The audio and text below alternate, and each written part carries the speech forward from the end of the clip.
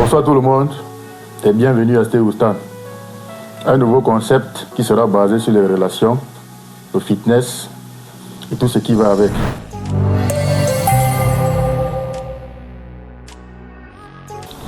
On peut commencer avec toi, madame.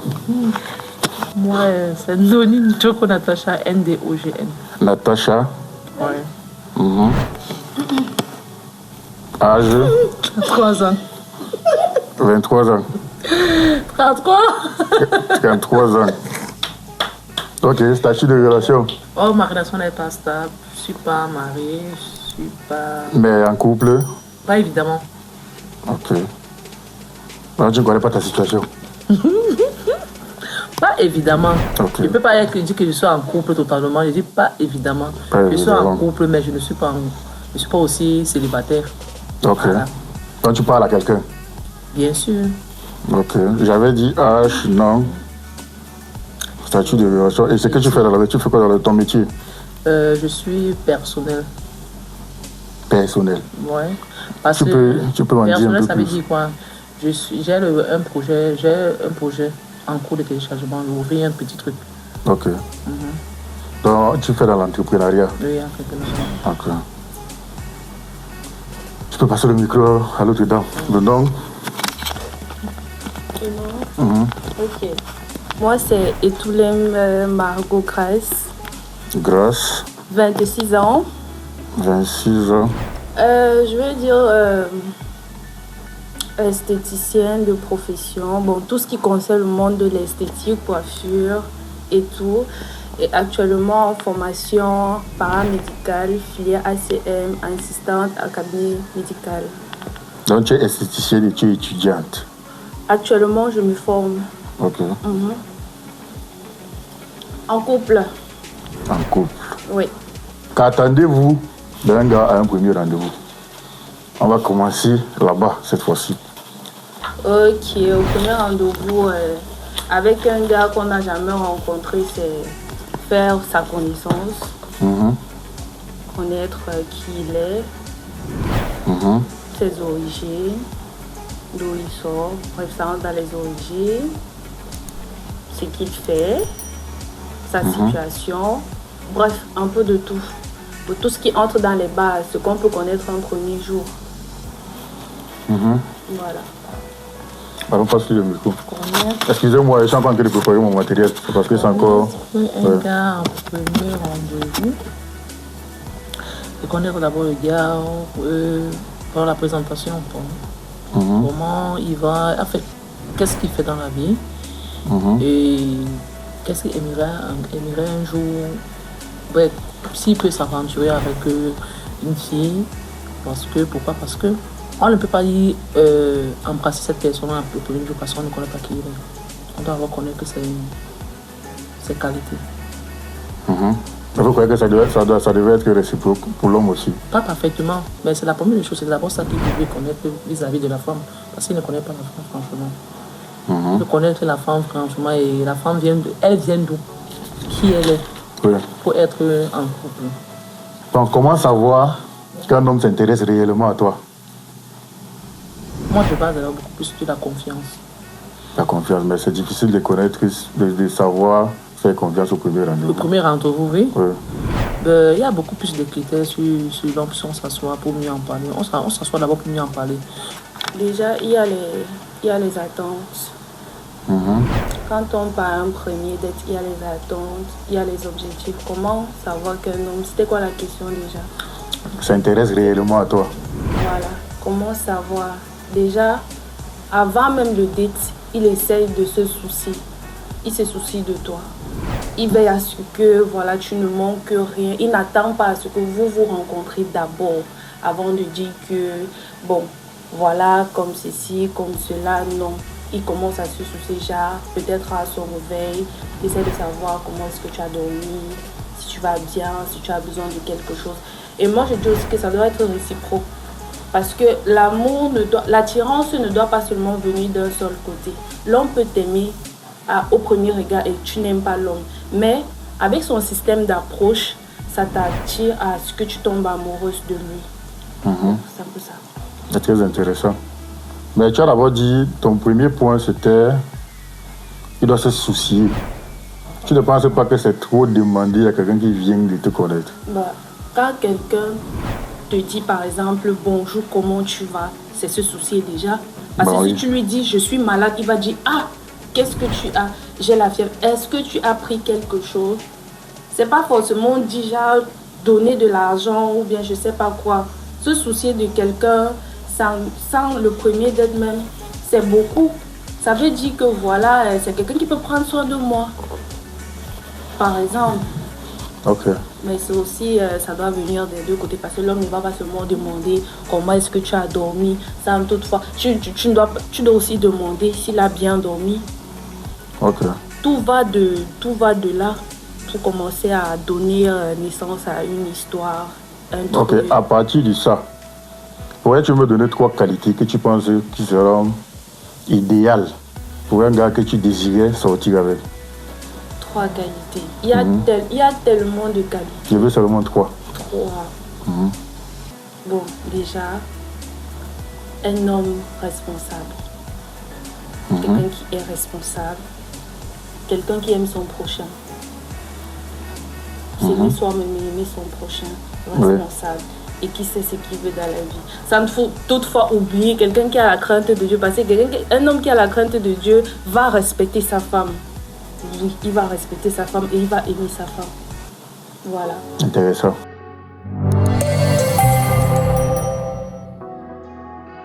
Moi, de mon côté, si je rencontre un homme, c'est 3 qualités que moi j'aimerais qu'il fasse. Je veux d'abord connaître, un homme doit être croyant. C'est moi, mais je crois. La crainte de Dieu. La crainte de Dieu et tout. Parce que c'est la force qui est la priorité dans une base. Parce que si tu n'as pas la crainte de Dieu, ça ne sert à rien d'y avancer. Parce qu'il y a beaucoup de choses à faire. Un homme doit avoir le même objectif. Ça veut dire quoi? On peut avancer ensemble. Ouais. Et la confiance. C'est ça que je veux.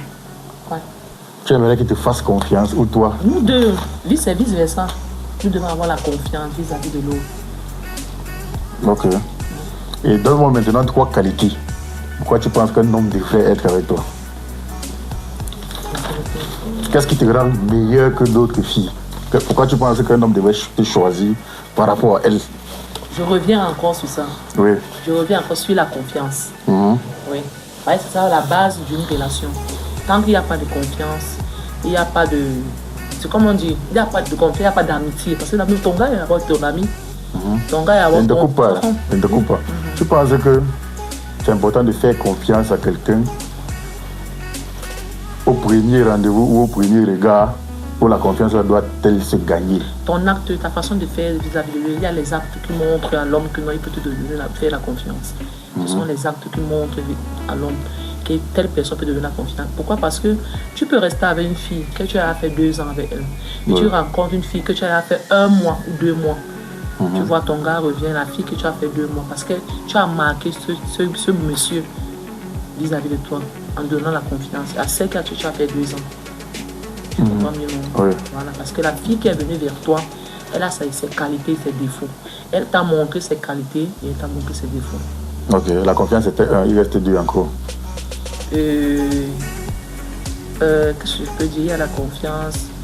Et tu ne penses pas que toi aussi tu devrais avoir la crainte de Dieu que tu le réclames? Mais bien sûr, c'est ce que j'ai dit vis-à-vis, non? Okay. C'est vice-versa. D'accord. Ok, une dernière qualité. Ça, ce sont tes qualités. Hein? Ce sont mes qualités. Je ne devrais pas te dire, c'est toi qui dois nous donner tes qualités. Oui, que la crainte de Dieu, la confiance et... Qu'est-ce que je peux dire? Peut-être être une bonne cuisinière. Une bonne cuisinière. Une bonne mère pour ses enfants. Tu peux le ramener plus au-delà. Tu peux être sa maman et tous les conseils et tout. Et... Ok. Passe-lui pour qu'on ait aussi son avis. Ok. Je vais commencer tout d'abord par la crainte de Dieu. Parce qu'une femme qui craint Dieu respecte son homme. Trouve en son homme toutes les bonnes qualités. Aussi, même s'il a des défauts. Elle ne voit que son homme. Dans la crainte de Dieu principale. C'est d'abord ça. Okay. C'est d'abord ça. Maintenant, il y a ce qu'on appelle le travail. Les hommes aiment les femmes qui se battent. l'homme aime quand... On parle de toi. Hein. Je parle de moi. Quand je dis travail, je vais dire travailleuse. Moi, je suis une femme travailleuse. D'accord. Je suis encore au début de l'entrepreneuriat parce que je ne travaille pas pour quelqu'un. Je suis à mon compte. D'accord. Donc, l'homme aime quand une femme se bat, peu importe ce qu'elle fait. Et quand une femme aime ce qu'elle fait, quand elle prend son métier à cœur, elle le fait avec amour. Elle ne fait pas parce qu'il faut le faire ou bien elle est forcée de le faire. Ok. Voilà. Ensuite, quelle est l'autre qualité? Ce sont tes qualités. Justement. Tu as les abonnés, non? Tes abonnés doivent savoir que c'est ça qui fait de toi une bonne femme. Maintenant, être social, c'est-à-dire être comme une mère couvreuse. Ça entre la cuisine, entre le bien-être, entre le fait de bien prendre soin de son entourage, c'est-à-dire tu es capable de bien tenir une famille. Donc, comme on dit chez nous, l'homme c'est le ventre et le bas-ventre, ça entre dans le social. Bon, voilà. Ok, très intéressant. Wow. J'aimerais admettre que vous êtes des femmes très intelligentes quand même. Mais bon, avant ta relation actuelle, avant vos relations actuelles, tu avais un gars avant ça? Il y avait un gars avant celui qui est là actuellement. C'est une question, j'aimerais savoir. Je vais répondre. Oui. Moi, je me rigole. Je vais juste oui ou non. Parce que c'est une question qui va venir avec. Bien sûr. Est-ce qu'il y avait un gars avant celui qui est là maintenant? Moi, je me regarde. Ouais, mais réponds tout simplement. Répondez oui ou non. Ok, oui. Oui. Bon. Ça, vous savez pourquoi la dernière relation s'est arrêtée et qui était fautif? Je peux répondre. Oui. Pour moi, la dernière relation s'est arrêtée justement parce que j'ai attendu ce dernier, il n'est jamais revenu. D'accord? Oui, il a voyagé. Il était à l'extérieur. Il n'est jamais revenu. Je l'ai attendu pendant un bon moment. Il n'est jamais revenu. J'ai décidé de passer à autre chose. Okay. Et là, on ne peut pas dire que la faute me revient. On ne peut pas dire que la faute me revient. Non, pas du tout. Voilà, parce que j'ai tout donné. J'ai tout donné pour ça et voilà. Il n'est pas. Tu as attendu combien de temps? Ça, je préfère ne pas lui dire, mais je vais dire un bon bout de temps. Ça veut dire que c'est pas quelque chose d'une semaine, d'un mois, de 2 mois ou bien de 5 mois. Donc, j'ai pas envie d'entrer parce que si j'entre dans les profondeurs, j'aurai ce qu'on appelle la nostalgie. Pardon, je préfère mentir. Ok, c'est vrai que nos téléspectateurs préfèrent connaître pour mieux se préparer aussi, mais bon. La dernière relation. Vas-y, on t'écoute. Oui, ma dernière relation, c'est d'abord, on peut dire c'est d'abord personnel. C'est pas tout, on ne dit pas tout. D'accord. On peut dire seulement dire la forme, pas le fond. D'accord. Ma dernière relation s'est arrêtée à cause de, comment dire, c'est trop dur à parler. Donc, qui était fautif? Un inconnu. Un inconnu. Ouais. On veut comprendre l'histoire. Bon, l'histoire est vraiment... L'histoire là, c'est pour ça que je dis que je ne peux pas parler de ça parce que si je parle de ça, c'est touchant. Bon, mieux je me tais. Donne-nous une idée de ce qui s'est passé parce que les gens peuvent apprendre de ton histoire. Bref, le show, c'est pour que les gens se reconnaissent dans l'histoire des gens. Parce que j'ai remarqué que les relations de nos jours ne durent plus. Oui. Donc je me pose la question, pourquoi les relations ne durent plus telles? C'est pour ça que je viens avec ce concept pour que chacun peut donner un avis. Et on comprend. Non. C'est parce que certaines personnes comprennent les on-dit. Ils ne viennent pas à la base comprendre sa personne. Moi, je veux comprendre ton histoire. Non, mon histoire est trop. Donne une idée. Il y a eu quoi? Un inconnu. J'ai amené pour présenter et cette personne m'a, comment on dit, m'a lynché, comment on peut dire. M'a trahi quoi. Ok, tu l'as amené dans la famille pour le présenter. Chez la personne qui était mon ex-petite famille. Et bien c'est lui qui est venu, il est le fautif. C'est un fautif de ma relation. Ok, un ex est apparu. Non, c'est une personne que j'ai amené, bon, en tant que frère, non. Oui. Que je peux prendre, par exemple, je prends un inconnu comme ça, tu vois. L'inconnu là vient chez moi, il vient chez moi constamment, tu vois. Moi je l'ai présenté à ma personne que j'ai, en fait mon ex quoi. Oui. Et c'est lui qui est le fautif de ça, qui est la base de mon foyer. Et comment il a causé le problème? Comment exactement? Ton ex pensait que tu sortais avec lui? Non, juste les petits trucs qu'il a fait. En fait, il est resté dans mon téléphone. Bon, il a capté mon téléphone, les informations. Dans la jalousie. Ah, je vois. Donc tu dirais que tu étais la fautive alors? Non, moi je ne peux pas dire. Parce que si tu es en couple avec quelqu'un, tu ne penses pas qu'il faut éviter au maximum d'avoir les amis dans ce. Non, je prenais. Si une personne comme par exemple, je peux prendre comme un frère à moi, je n'avais pas l'idée. Parce que moi, je ne peux pas me baser. Non, je n'ai pas je trop le dis d'amis. parce que tu l'as présenté comme inconnu. Tu as dit que c'était une inconnue. C'est une personne que je connais. Ok, une personne lambda. Oh, oui, lambda, oui. En fait, il travaillait chez moi, il venait faire les travaux chez moi et tout. J'ai présenté en tant que frère. Parce que c'était plus un ami à moi, c'était maintenant un frère. Comme il dit que ça, mais tu as dit à ton ex que c'était qui?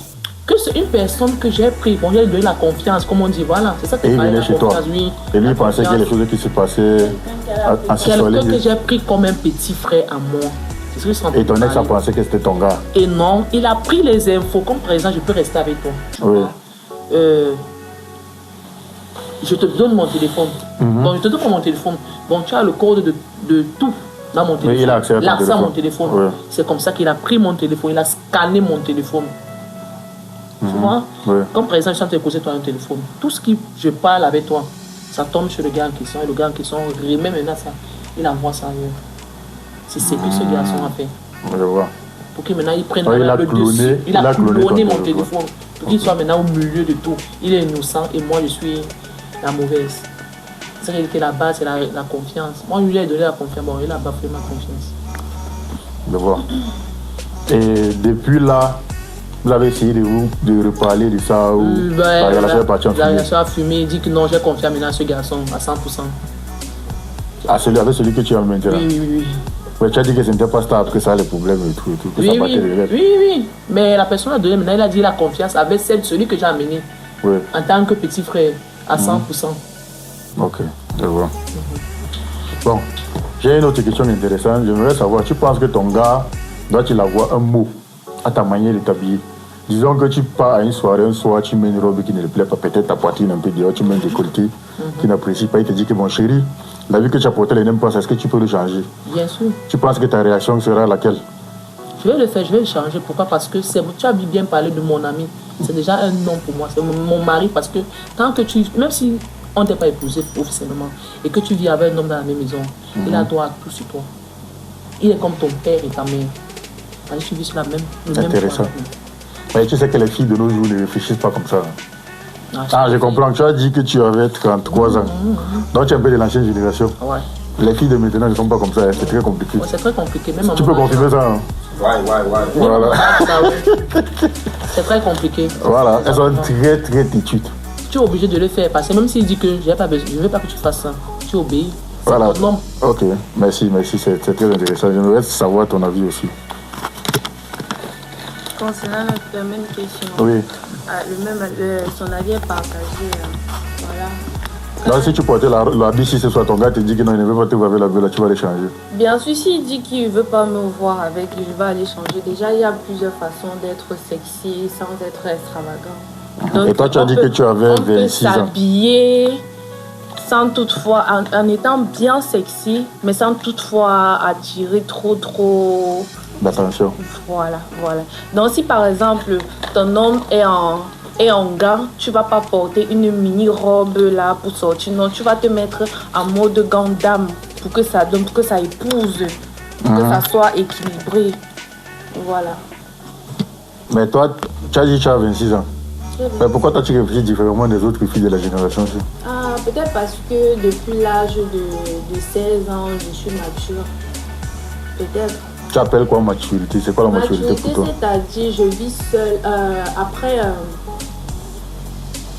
quand j'ai eu mon bac, après la première année, déjà même avant, je vivais toute seule. J'étais chez un oncle, mais il n'était pas au pays. Je vivais toute seule. Donc j'ai commencé à cultiver cet esprit de responsabilité en moi. Ok. Et tu transmets ça facilement à ta relation? Voilà, bien sûr. C'est vrai que c'est pas toujours facile. Il y a toujours des failles. C'est vrai, non, personne n'est parfait, c'est normal. Voilà, des failles, mais bon, qu'est-ce qu'on peut y faire? On va trouver un homme, on se dit que voilà, c'est ce qu'on veut. Mais quand tu es dans la relation, tu constates que c'est pas toujours ça, quoi. C'est différent.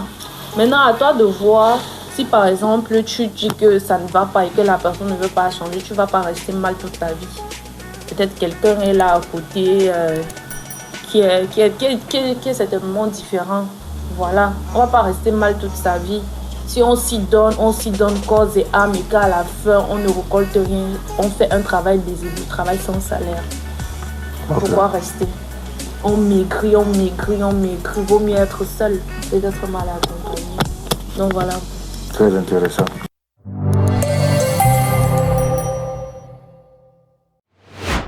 Et tu penses que c'est approprié pour une fille qui est en couple d'aller en boîte sans informer son partenaire? Toujours informer son partenaire de son déplacement. Pourquoi tu penses que c'est important? C'est très important parce que de nos jours, il y a 2 catégories de filles. Les filles qui sortent en cachette et les filles qui sortent en informant leur partenaire que chérie, je veux sortir, je vais aller m'amuser avec mes copines. Être en relation, c'est pas de la prison. Tu as besoin de t'épanouir. Tu as besoin de voir le monde. Tu as besoin de voir le monde de la nuit surtout. Tu vas pas toujours rester dans l'œuf. Tu vas forcément éclore quoi. Voilà donc. Tout en informant ton partenaire quand même. Justement. Voilà, tu lui dis que je sors. Là, si t'arrive quelque chose, il sait au moins que tu as prévenu avant de sortir. Pour la sécurité. Pour la sécurité. Souvent même, d'autres donnent de l'argent à leur petite amie. Que voilà, chérie, tu veux t'amuser, voilà de l'argent de poche. Faudrait pas que tu arrives là, tu manques d'argent pour acheter soit 2 bouteilles de bière pour pouvoir te mettre à l'aise. Surtout, d'autres donnent par exemple l'heure, d'autres envoient les chauffeurs pour venir prendre leur femme. D'autres même, voilà, ils te disent non chérie, je préfère que tu rentres à 5 parce que là, à 5 là, il y a les gens de ou bien à 6 heures. Mais rassure-toi d'être bien habillé. Même si tu rentres à 6 heures, il n'y a personne qui va venir te dire que tu étais quelque part. Tu vas quitter de la boîte, tu vas arriver chez toi tranquillement, tu te reposes. D'autres par contre, même quand la fille demande la permission, ils refusent catégoriquement. Ils disent que je ne suis pas là. Tu ne peux pas sortir. Pour moi, c'est mieux quand tu es avec moi parce que c'est qu'avec moi, tu es en sécurité. Donc, d'autres préfèrent comme ça. D'autres donnent la permission et d'autres ne donnent pas la permission. Mais il y a toujours les filles qui sortiront en cachette. Elles vont te dire, je dors même à 1 heure, il y a les filles qui sortent. Nous sommes des filles. Mais tu penses que la chose correcte à faire, ça serait d'informer ton partenaire? La chose correcte à faire, ça serait d'informer son partenaire. Il te donne de l'argent ou pas. Quand tu dis tu veux sortir, ça veut dire que tu as quand même un peu. S'il te donne, ça sera un surplus. Voilà. Il faut l'informer que tu sors, t'amuser. Voilà. C'est simple. Il te dit oui, tu sors. Il te dit non. Voilà. Tu restes, tu dors.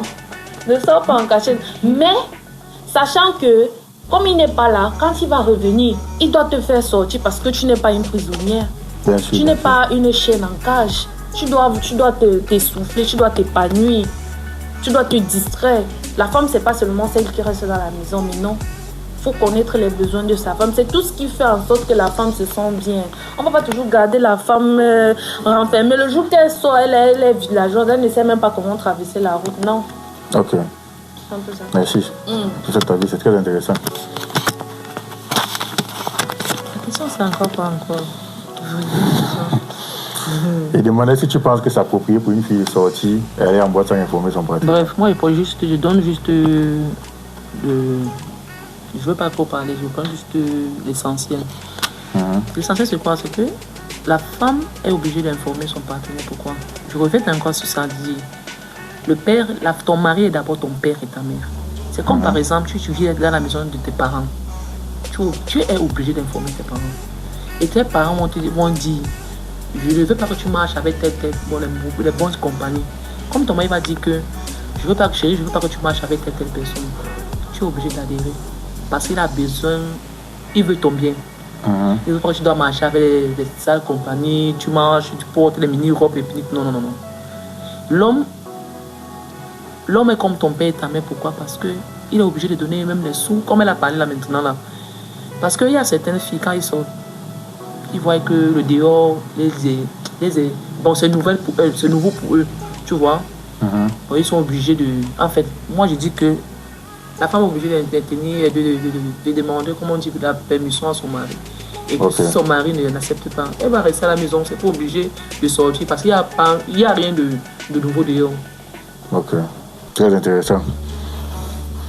Et est-ce que vous pensez que les réseaux sociaux ont rendu les relations plus faciles ou plus difficiles? Moi, je vois ça que c'est plus ou moins, ouais. Parce qu'il y a aussi là-bas, il y a certains trucs que tu peux tirer dans les réseaux sociaux. Parce qu'on dit qu'il y a le pour, il y a le négatif, il y a le positif et le négatif. Il y a tu penses que ça pèse plus de quel côté, négatif ou positif? Moi, je vois que ça pèse positivement. Positivement? Oui, dans la génération aussi. Dans la génération, c'est pourquoi? Parce qu'il y a certaines informations que tu prends dans les réseaux sociaux. Tu vois, il y a certaines informations que tu prends dans les réseaux sociaux. Comme quoi, tu ne connaissais même pas. Comme quoi, par exemple, beaucoup plus dans les foyers. Tu peux être comme ça. Il y a les foyers que tu ne maîtrises pas totalement. Mais tu peux te reconnaître que dans un foyer, dans les réseaux. Oui, parce qu'il y a souvent certaines personnes qui sont douées à ça, qui donnent les conseils. Et après, tu te réveilles et mais ici, là, c'est important. Je vais un peu essayer de suivre un peu ça. Là, un peu, ça t'influe un peu beaucoup plus. Ok. Moi, je dirais oui et non. Je vais commencer par le oui. Les réseaux sociaux actuellement, même quand une femme n'a pas un travail CDI ou bien autre, elle a la capacité de développer son business à la maison. Par exemple, faire dans la vente des savons, faire dans la vente des huiles, des produits. Tant qu'elle travaille bien sa clientèle, un peu, ça monte à un échelon. Je ne vais pas trop parler. Maintenant, le non, pourquoi? Parce que nous avons des couples aujourd'hui qui vendent le rêve à certaines jeunes générations. Tu as ton chéri, vous avez travaillé dur pour ça, mais la façon dont tu te présentes, d'autres même non, ils font ce qu'on appelle de la facilité. Maintenant, d'autres jeunes filles copient. Par exemple, je vais parler de l'iPhone, un téléphone qui est tellement vulgaire de nos jours. Une fille va voir une autre fille sur les réseaux, comment elle se fait avec son téléphone. Elle va aller à son gars, je veux ça, si tu ne me donnes pas, on finit la relation. Donc on va dire que en même temps, les réseaux sociaux édifient comme ça détruit. Parfois, ça pousse même les filles à aller se prostituer. Quand je parle de, par exemple, ça veut dire que si ton homme ne te donne pas forcément, si quelqu'un passe là, il te propose ça, un coup là, tu vas partir parce que tu veux ce téléphone. Tu vas dire, mes copines, regardez, j'ai l'iPhone 16 ou 17 ou 17. Le paraître. Voilà. M'as-tu vu le proving et autres. Ok. Voilà. J'aimerais vous remercier d'être passé me visiter aujourd'hui. Et j'espère qu'on se reverra encore. Mais j'aimerais avoir vos dernières pensées. Qu'est-ce que vous pensez de ce nouveau concept que j'essaye de construire? Pour moi, ce nouveau contexte est absolument super parce que il y a tellement de concepts dehors. Mais celui-ci est différent parce qu'on parle de tout et de rien. On donne la possibilité aux jeunes personnes de s'exprimer, de donner leur point de vue, leur ressenti positivement, négativement. Voilà. Pour moi, c'est un peu comme une révolution. Ouais. Une nouvelle révolution. C'est vrai que c'est encore au début, mais espérons que par la grâce de Dieu, ça va prendre de l'ampleur et toucher tellement de personnes qu'on aura des personnes étrangères. On aura des personnes étrangères prochainement, des nouvelles personnes, et voilà. Merci, il y a quelque chose que j'aimerais ajouter. Non, c'est cool, ça va. C'est bon. Le concept c'est vraiment parfait. Okay. Parce qu'on s'exprime, en s'exprimant, on ressent beaucoup plus de choses. Et même si tu es blessé, tu vois, quand tu t'exprimes, tu sens vraiment que tu es aisé. Ok, merci. Je vais dire une chose. Oui. En fait, il y a certaines personnes qui ont la phobie de parler devant des personnes. Donc, je pense que l'émission aussi va donner à ces personnes la chance de pouvoir affronter cette peur, combattre cette peur. Et que prochainement, devant un public, devant un plateau, devant une interview, ils ne seront pas frustrés de s'exprimer.